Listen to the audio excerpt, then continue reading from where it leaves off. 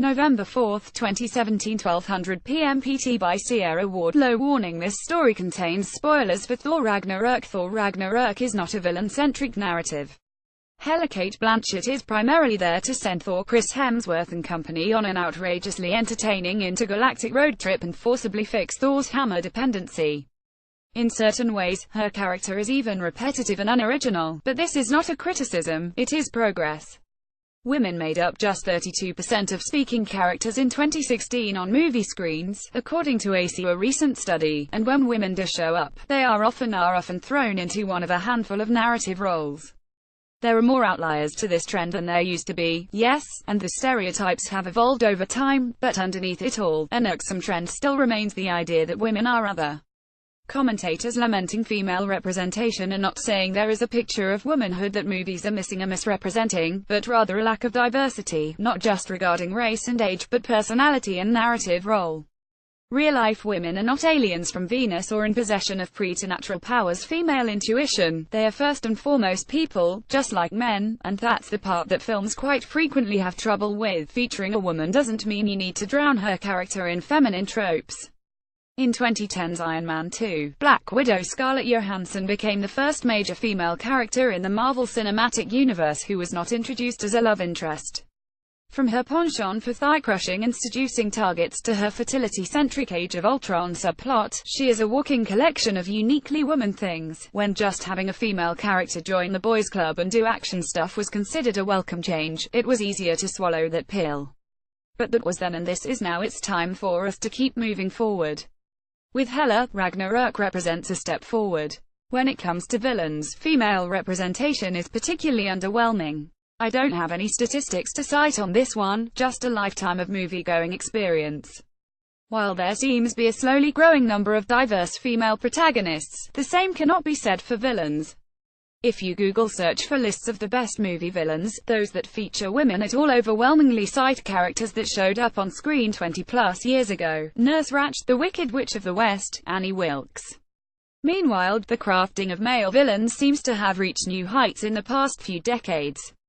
Just think of the 2006 to 2008 stretch, where 3 Best Supporting Actor Oscars in a row were won for playing villains now often listed among the greatest ever: No Country for Old Men's Anton Chigurh, The Dark Knight's Joker and Inglourious Bastard's Hans Landa. There seems to have been a slight uptick in the quantity of big-screen female villains as of late, but the quality has been generally abysmal. Most have been eminently forgettable, such as Maya Hansen of Iron Man 3, or buried in box office flops such as this year's The Mummy. Those that remain have been arguably even worse.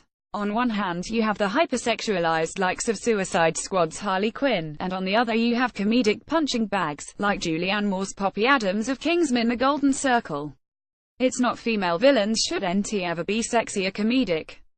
But when, on the rare occasion female villains do show up, and not as someone's lackey, like the replicant love in Blade Runner 2049, their sex objects are laughably bad at what they do. This perpetuates certain ideas and attitudes about what women can and cannot be, about what the limitations supposedly are.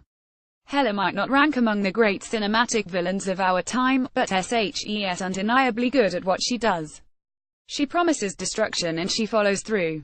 Perhaps more importantly, though, her villainy is not coded as uniquely feminine. Not once does she use womanly wiles, or female intuition, or any of that mumbo-jumbo. She uses swords.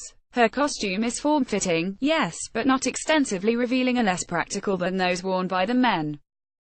She's not Suicide Squad Harley Quinn, dressing for battle in an innuendo-laden crop top, booty shorts, and high heels, or a Poppy Adams who is downgraded from evil mastermind to total joke over the course of the film. Hela's actions leave significant consequences that will be felt throughout the MCU. She matters.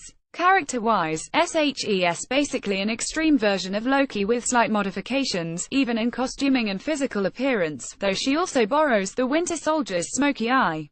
She doesn't say or do anything that would seem strange or comedic coming from a male character, because the bottom line is that women are not fundamentally different in that sense. The difference comes from societal treatment and perception. Ragnarok itself plays with this idea in the exchange between Thor and Valkyrie Tessa Thompson when Thor fanboys over the Valkyries and admits he wanted to be one until he realized they were all women, implying that he could not determine they were sex from the tales of their actions alone.